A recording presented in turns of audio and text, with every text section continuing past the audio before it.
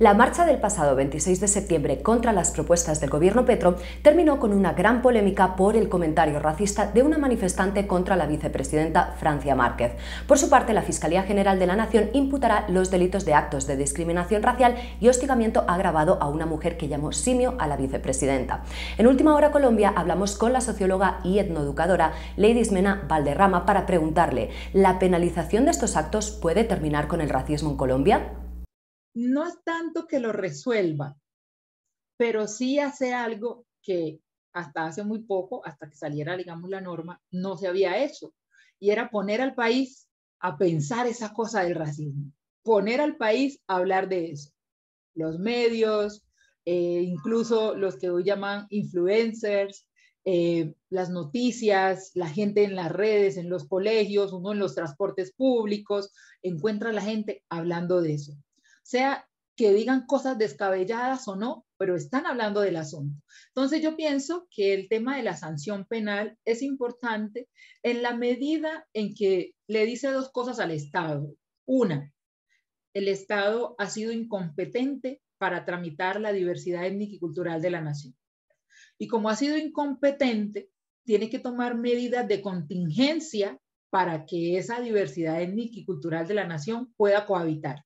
Entonces, yo veo la sanción punitiva desde esa perspectiva.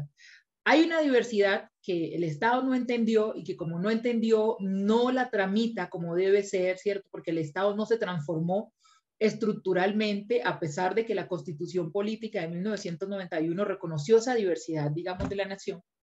El Estado siguió siendo un Estado blanco, homogéneo, católico, apostólico y romano, de ascendencia española, de ascendencia rica, etcétera, etcétera, ¿cierto?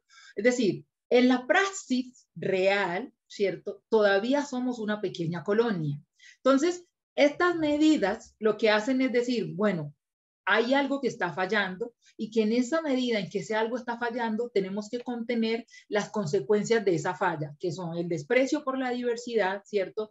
Esa invisibilización de las personas afrodescendientes, esa deshumanización, porque finalmente es eso lo que hacen esas prácticas y esos insultos, es deshumanizarnos, digamos, desconocernos nuestras condiciones de sujetos, y entonces eso es muy violento, porque desde la psicología y la sociología ya harto se ha planteado sobre la violencia, digamos, la violencia es un asunto que comienza a producirse en la psiquis del sujeto, es decir, en su mente yo borro a mi enemigo, en mi mente lo hago mi enemigo, en mi mente lo invisibilizo. Entonces creo todas estas normas, por decirlo así, o reglas o frases para tacharlo.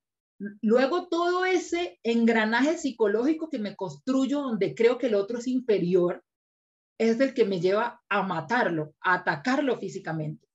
O sea, miremos por ejemplo el caso del nazismo. ¿Cómo empezó el nazismo? El nazismo empezó con una caricatura de los judíos. Una caricatura donde los alemanes se burlaban de la supuesta nariz descomunal y anormal que tenían los judíos. Así comenzó. Es decir, la psiquis los individualizó, los construyó en inferioridad y luego ya sabemos todo lo que sucedió. Entonces, en esa medida es que yo pienso que las acciones punitivas son estrategias de contingencia para que estos sucesos, digamos, no pasen a mayores, ¿cierto? Sin embargo, no son suficientes porque necesitamos entonces hacer pedagogía, hacer procesos de formación, hacer procesos de acompañamiento para que el país pueda habitar la diversidad, ¿cierto? Para que el país la viva, porque es que realmente salir a la calle de Colombia y ver todos esos matices, todos esos colores, conocer todas estas regiones tan diversas, pues debería ser una razón para reconciliarnos, ¿no? Sí, pero sin embargo, cada quien jala por su cuenta y queremos siempre borrar al otro, por afrodescendiente o por persona negra o porque es bisexual o porque es heterosexual, por cualquier cosa, queremos como borrarlo. Entonces creo que es ahí donde se debe pues trascender para que no solamente sea la sanción, porque ya se ha dicho también demasiado, y pues yo como socióloga lo sé, que la norma no es suficiente. La gente que encarcelan no se resocializa por ir a la cárcel, ¿cierto? Hay que hacer todo un proceso de transformación de conductas a partir del cambio de los imaginarios, tanto individuales como colectivos. Entonces, la norma también debe llegar allá.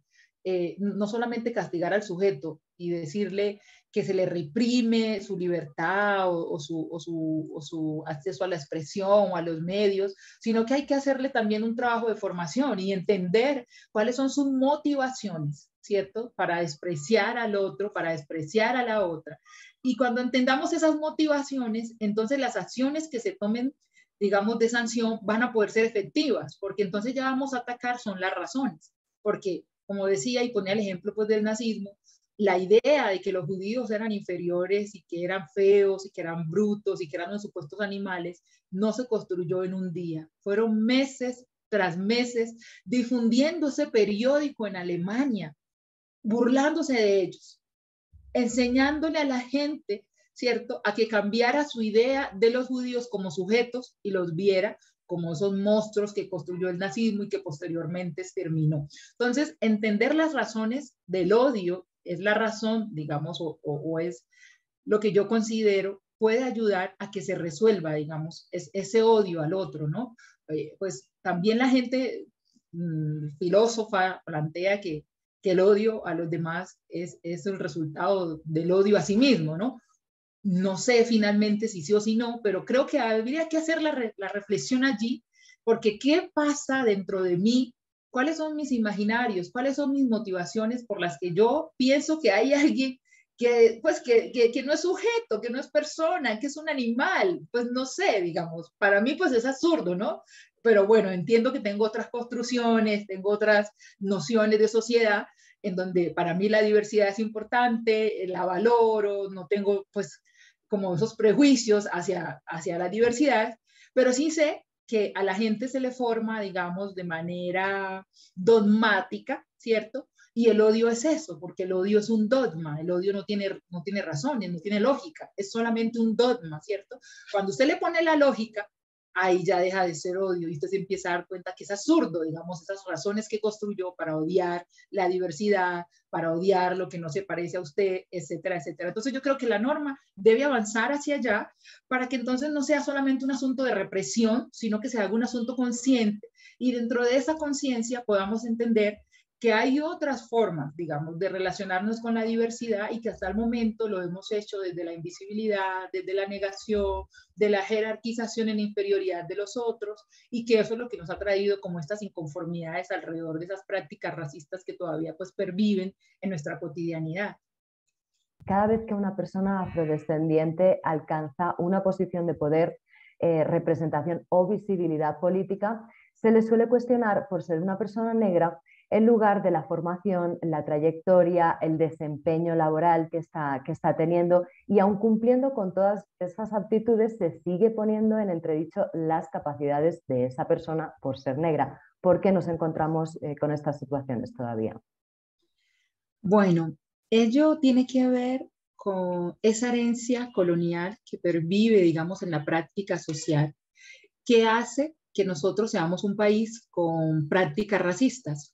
Es decir, ¿por qué cuando una persona afrodescendiente hace cualquier cosa, no nos remitimos o nos referimos a ella como persona, sino que nos referimos a su color de piel?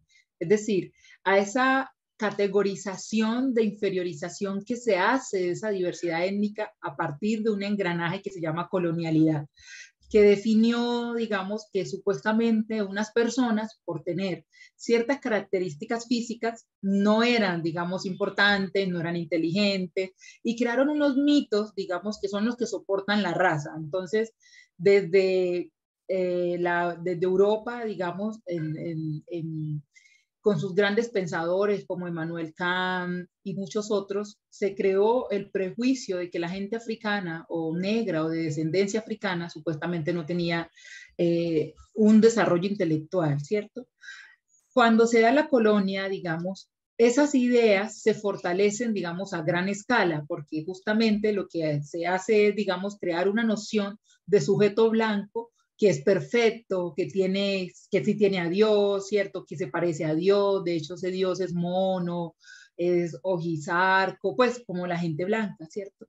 Aparentemente. La gente negra supuestamente no tenía alma. Entonces, todo eso tiene que ver con eso, aunque la gente muchas veces desconoce esa historia, pero por la tradición a la gente se le forma en esa historia aunque la desconoce. Entonces, expresiones como negro ni el teléfono, como negro tenía que ser, si no le hace la entrada, la hace la salida, hablan de esas herencias racistas que perviven, digamos, en la cotidianidad colombiana. Y también, como este es un país tan folclórico, Colombia, digamos, no hace conciencia ni profundiza el asunto de la diversidad étnica y cultural. Es tan así que solo hasta la Constitución de 1991, o sea, hace nada, se vino a reconocer que nosotros somos un país diverso, étnica y culturalmente, y que esa diversidad nos constituye a todos y que hace parte de lo que todos somos, indistintamente del color de piel que nos haya tocado.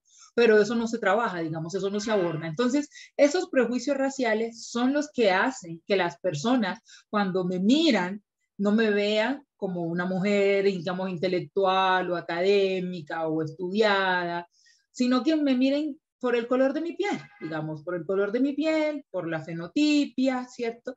Y se me reduzca hasta ahí, digamos. Entonces, es que es una negra, entonces se supone que debo hacer ciertas cosas, que hay como un marco de cosas que hago por ser negra. Y si me salgo de ese marco, entonces pasan varias cosas. O soy una verdadera negra haciendo lo que se supone hacen los negros, supuestamente dentro de ese estereotipo racista, o si me salgo también de ese molde, haciendo lo que se supone que no son esos estereotipos, entonces no soy una verdadera negra. Es decir, es muy complejo, ¿cierto? Porque eso pasa por la invisibilidad y como está tan naturalizado, no es fácil nombrarlo. Y cuando se le nombra, la gente como que no lo entiende. Dice, no, pero es más, dicen cosas como, yo tengo amigos negros. Como que, o sea, agradezcan que los trato como personas. O sea, agradezcan que me relaciono con ustedes. Yo todavía no sí, o sea, sigo sin entender por qué la gente no reflexiona esa expresión. No, no, no, es que yo no soy racista porque yo tengo amigos negros, yo tengo un novio negro, yo tengo una novia. ¿Qué tiene que ver eso? ¿Qué tiene que ver? ¿Por qué aludes a eso? Si lo mencionas es porque sigues creyendo que las personas negras o afrodescendientes están en inferioridad con las que no son negras afrodescendientes, con las personas blanco-mestizas. Entonces, esa marcación, digamos, esa ubicación desde la pigmentocracia, desde el color, está latente, digamos, en la sociedad colombiana y sobre todo porque esto, como digo, no lo hablamos, no lo abordamos, no nos gusta, incluso cuando se menciona, se le llama mamertismo, se le llama, ay, no, es que vea, pues, entonces, si los blancos vamos a decir que nos discriminan, entonces todo el mundo discrimina, pues no, se trata de que hay que entender que hay unas condiciones históricas que nos han deseducado y que nos han ido creando prejuicios y estereotipos a través de los cuales nos relacionamos con la diversidad. Entonces, cuando hablamos del racismo, lo que queremos es hacer conciencia de eso, de que hay que hablar el asunto y de que tú puedes discutir con Daniel, Felipe, María, Carlos, con quien sea, pero él está discutiendo contigo como persona, no como negro, no como afro. O sea, ¿por qué tienes que aludir a su color de piel? Pues no sé, digamos, creo que esa es una reflexión que vale la pena hacer y que qué bueno pues que ya los medios están preguntando por eso y lo quieren abordar, ¿cierto? Más allá del asunto coyuntural, creo que vale la pena que se pueda reflexionar, porque es que el racismo es un asunto real y es muy complejo, porque muchos niños afrodescendientes sufren demasiada presión psicológica frente a su diversidad étnica, ¿cierto? Y quizás los adultos podemos tener herramientas para tramitarlos, pero los niños no. Y me ha tocado casos de niños que se toman límpido porque se quieren suicidar, cambiando supuestamente su color de piel porque en la escuela les hacen bullying, niños que no quieren ir a estudiar porque en la escuela no les respetan su diversidad por las formas de sus pelos, de sus cabellos, de sus trenzados, etcétera, etcétera, de su hablado, de todo, y los maltratan, digamos, por su diversidad étnica. Entonces creo que es importante que eso se nombre, que eso se trabaje y que entendamos que no importa el color de la piel, lo que importa es la persona y que en ese sentido, como es una persona, yo la trato con respeto y que si cualquier situación humana se presenta, hay que resolverla como humanos y que entonces allí, no importa su color, está actuando como un humano. Los humanos pelean, los humanos tienen, digamos, momentos de ira, etcétera, etcétera. O sea, son prácticas que hacen los humanos. ¿Cómo funcionan los referentes y por qué son tan importantes para llegar a un sistema equitativo para todos los ciudadanos y las ciudadanas? Los referentes son muy importantes porque, como la palabra misma lo dice, muestran un camino. Y cuando muestran un camino, dicen varias cosas. Una de esas cosas es que se puede hacer de otra manera, que podemos transformar aquello que se supone no podíamos. Entonces los referentes son extremadamente fuertes y sobre todo para poblaciones que han estado históricamente excluidas o invisibilizadas como las poblaciones afrodescendientes o negras en Colombia. Entonces, como te contaba, solo hasta la Constitución del 1991, hace 30 años, se reconoce que este es un país diverso y se reconoce a las poblaciones negras o afrocolombianas como parte constitutiva de la territorialidad nacional. Entonces, los referentes que empiezan a mostrar que no es cierto que las personas afrodescendientes o las personas negras en Colombia sean esos estereotipos racistas, digamos, negativos que se construyen. Entonces, estereotipos como que son perezosos, ¿cierto? Entonces vemos que la gente negra está creando ciencia, que la gente negra está haciendo país, ¿cierto? Que la gente negra le está dando gloria al país, ¿cierto? Por ejemplo, si miramos los medallistas olímpicos, la primera mujer que le mostró al mundo que Colombia no era un país de coca y que no era un país de gente loca matándose, fue una mujer negra, afrodescendiente, ¿cierto? Es decir, con capacidades, con inteligencia, con disciplina, es decir, no es cierto que a la gente negra no le gusta trabajar. Entonces los referentes son muy importantes porque ayudan a eliminar esos estereotipos negativos sobre las poblaciones. Chimamanda, una escritora afrodescendiente africana, específicamente nigeriana, plantea que el peligro de los estereotipos no es tanto que no sean verdad, sino que dejan de lado otra forma de ser de las personas. Entonces, en ese sentido, los referentes muestran que como humanos tenemos capacidades múltiples, capacidades variadas, digamos, y yo creo que es ahí donde está como el meollo del asunto, porque nosotros seguimos viendo a la gente afro como que fueran un fenómeno, ¿cierto? Entonces, o los exotizamos o los invisibilizamos, los borramos y los reducimos a una cosa, ¿cierto? Como que ese equilibrio de verlos humanos, como que todavía no es posible, ¿cierto? Entonces, lo vamos viendo como, ay, no, pero cómo, ay, qué linda esa piel, o esa piel es poderosa, ay, tan lindos esos crespos, y como hasta ahí. O si no, el otro lado, ay, no, es que son feos, ay, no, es que no tienen belleza, no, es que no son inteligentes. Entonces uno dice, madre, ¿en qué momento se va a entender que es que somos sujetos y como sujetos hacemos parte de la humanidad? Y la humanidad viene en todos los colores, tamaños y formas. O sea, todos los colores. Es eso lo que constituye la humanidad. Todas las formas, incluso aquellas que no nos podemos imaginar, es la humanidad. Pero seguimos reduciendo los sujetos, digamos que ese es el peligro de la homogenización y pasa igual con las personas que tienen algún tipo de discapacidad. Entonces creemos que solamente la silla de rueda o que es solamente su no visión, no sé, digamos, vivimos reduciendo a las personas, ¿cierto? Como a las diversidades que se ven de manera obvia o evidente, por decirlo así, y eso pasa con las poblaciones afrodescendientes. Entonces como estos otros que logran mostrar un camino, estos referentes, son muy importantes porque entonces hablen, o digamos, o abren la reflexión a partir de que como sujetos, digamos, hacemos parte de ese engranaje social y humano y que es importante que se nos valore desde allí, no desde el color que nos haya tocado. Eso no quiere decir que hay que desconocer que existe el privilegio racial, por supuesto. No es lo mismo una persona afrodescendiente a una persona blanca ante un asunto policial, ¿cierto? Al negro siempre se le saca en cara su condición de persona negra, si hace algo malo. Uno lo ve en las noticias constantemente. Cogen algún sujeto afro que delinquió y los comentarios, es que esos negros, no sé qué, negro. Dice, pero ¿acaso está delinquiendo por negro? Está delinquiendo por humano, así como delinquen los blancos.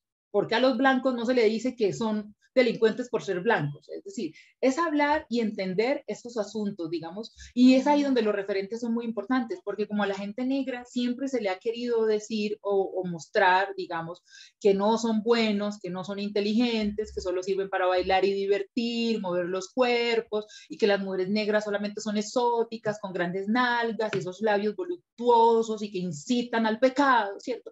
Queriéndonos reducir. digamos, solo a lo exótico. Entonces, los referentes son muy importantes porque dan cuenta de que no es cierto que nuestro valor y nuestro aporte a la sociedad va más allá del entretenimiento y que es un ejercicio que vale la pena poder visibilizar y traer a la luz, ¿no? Entonces, los referentes hacen también que se construyan otros arquetipos de ser afrodescendiente o de ser una persona negra, porque seguimos todavía, digamos, como con esa imposición de la herencia de la colonia, es que la gente negra tiene que ser así, digamos, como que hubiese una lista de chequeo, ¿cierto? Entonces, alegres, coloridos, bailarines, bueno, no sé, como una lista de chequeo arquetípica, estereotipada, producto de esa colonialidad racista que pervive y que entonces hay que ser eso, ¿no? Entonces, si tú no encajas en esa lista de chequeo, llega también un cuestionamiento y una discriminación, incluso a veces por parte de la misma gente negra que ha interiorizado esas cartografías estereotipadas de la supuesta negritud o afrodescendencia, ¿no? Entonces, esos referentes creo que reflexionan, ¿cierto? Para que se pueda trascender esa visión.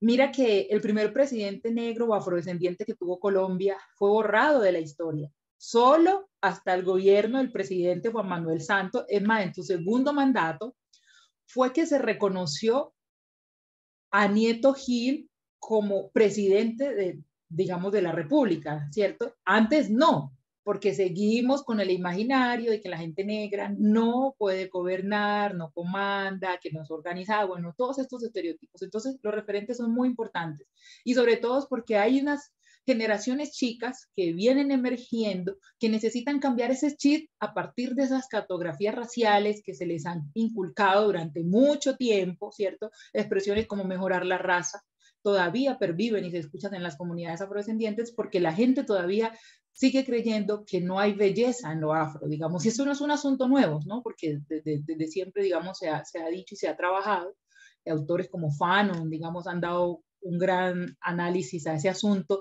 de ese no lugar que socialmente habita el afro, que lo hace, o la persona negra, que la hace no quererse a sí misma y despreciarse porque la sociedad constantemente le está inculcando de que el ser negro es malo, ¿cierto? Entonces se le dificulta el acceso al éxito, a calidad de vida, etcétera, etcétera. Entonces lo más fácil es renunciar a hacerlo, cambiar, digamos, el color de piel, por eso las cremas blanqueadoras son tan exitosas y hay 20.000 historias en el internet de gente famosa y no famosa que ha cambiado su color de piel queriendo ser blanca y etcétera, pero que tiene que ver con eso, es decir, es un asunto que está ahí y que constantemente se educa y se forma a los sujetos para que entiendan la afrodescendencia o la negritud como algo malo, ¿cierto? Y que está constantemente marcándolo. Está ahí. Entonces, son simios, es que esta gente no tiene cerebro, no sé. Esas son las cosas, digamos, que se cambian con los referentes. De los muchos campos que dominas, hay uno en el que haces muchísimo énfasis, que es la educación. Y voy a tirar por ahí porque es algo que además estabas mencionando justamente ahora, cómo se trabaja desde la educación para cambiar el racismo imperante en nuestra sociedad.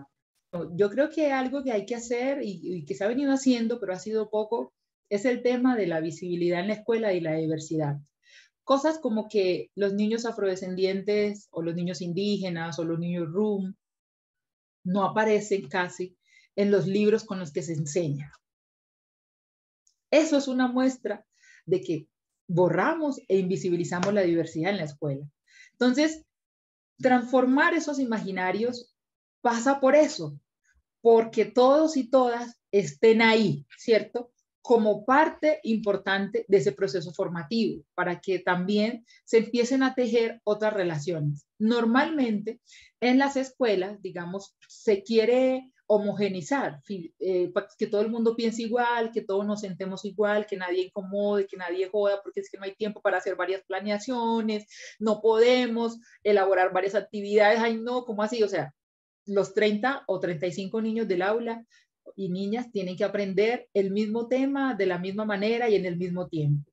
Y eso es violencia, por supuesto. Y desde ahí, desde esa forma de enseñar, se le va inculcando al otro que hay que extinguir la diversidad, pero es porque dentro de esa lógica homogénea se invisibilizan esas otras formas de ser y de habitar la existencia. Entonces creo que la educación tiene que hacer un énfasis muy fuerte en eso, que Daniel, María, Federico, Sofía, cualquiera sea el que esté en esa aula de clase, es diverso y que por lo tanto sus capacidades son diversas. Todos no tienen que aprender lo mismo al mismo tiempo. Y yo creo que eso es básico para que podamos trabajar cosas como el racismo, porque si nosotros no entendemos la diversidad, no vamos a entender, digamos, el racismo ni ninguna de estas otras prácticas de invisibilización y borradura sobre las diversidades. Afortunadamente, creo que la educación es una de las herramientas más valiosas para que podamos transformar esos imaginarios a través de la interacción con el otro, de ver al otro como un sujeto, como una persona, sin importar el caparazón que le haya tocado, ¿cierto? Es una persona. Entonces, trabajarlo allí, trabajarlo con niños y niñas, digamos, que tienen menos prejuicios, entonces tienen menos cosas que desaprender frente a la relación con nosotros. A mí me gusta mucho porque los niños, cuando están chicos, a ellos no les importa tú cómo seas. O sea, eres su amiguito igual, te invitan a sus fiestas, te comparten de su recreo, te dan de su lonche, quieren que incluso se proponen vestirse igual, pues, ay, a mí me gusta esta camisa, mamá, compra una para Diego, para Sofía, o sea, ellos no tienen esos prejuicios que tenemos los adultos, que desafortunadamente pues los adultos se los inculcan o se los transmitimos a los niños cuando ellos ya han crecido, pero creo que la educación es clave y en esa medida, digamos, una propuesta de país que se piense distinto, que se construya desde la diversidad, tiene que hablar de esas heridas que no han podido cicatrizar profundamente y tienen que ver con esa creencia falsa de que este país solo es español, que es una creencia falsa porque este país es afro, este país es indígena y este país es blanco mestizo. ¿Sí? Hay una tridiversidad, digamos, que yo llamo, y que no se habla de eso, digamos. La gente, pues todo el mundo quiere sentirse non plus ultra, entonces yo soy de la realeza, yo vengo no sé dónde, o sea, un poco de reyes y reinas y demás. Y creo que hay que hablar de eso, y son heridas abiertas que están ahí, que hacen que la gente se incomode, y creo que la educación debe servirnos para eso. Todavía muchas mujeres siguen pensando que el cabello afro es un pelo malo y lo creen, digamos, y esas ideas se transmiten. Todavía se sigue viendo a la gente afro como un atraso para el país. O sea, hay muchas barbaridades alrededor de esas prácticas de racismo que yo creo que hay que hablarlas para hacerlas conscientes y para que podamos entonces transformarlas. Entonces creo que ahí la educación es clave y el diálogo, digamos, pasar por la palabra, eso que nos incomoda, que nos inquieta, que no entendemos, que no comprendemos, digamos, porque a veces, digamos, una de las cosas que pasa es que no se comprende, pero no se habla, no se indaga, no se pregunta, y yo me quedo con mi idea errada, ¿cierto? Como, por ejemplo, que todos los afros tienen que saber bailar por ser afros, pues cosas como esas, o sea, no es cierto, no hay un gens negro africano descendiente del baile, ¿ok? No existe. No es posible. En fin, creo que es comprender esas cosas y la educación ahí es clave, digamos, para que podamos entonces reflexionar y entender la diversidad como parte de la riqueza de este país. El país tiene 115 comunidades indígenas con 65 lenguas maternas. Eso es riqueza. En los pueblos afrodescendientes hay 2 lenguas maternas que le dan diversidad a este país, que hacen de este país, digamos, un lugar agradable, ¿cierto? Porque nos encontramos con muchas formas dentro de él. Son como varios países dentro de todo el país y yo creo que eso debería ser un motivo pues positivo, no, es que voy a construir un Cauca para los indígenas y un Pacífico Norte para los afro, o sea, creo que no, yo creo que este país es diverso y los censos así lo han mostrado, por ejemplo, en el caso específico de la gente afro, en cada rincón de este país hay personas afro, no es cierto que solo están en el Pacífico o en el Caribe, y el hecho de que estén en todo el rincón del país da cuenta de la diversidad que este país tiene. Agradecerte muchísimo que hayas estado aquí con nosotros, que podamos hablar y dialogar precisamente como estás comentando de estos temas, sobre todo para avanzar hacia otras realidades. Muchísimas gracias, ladies.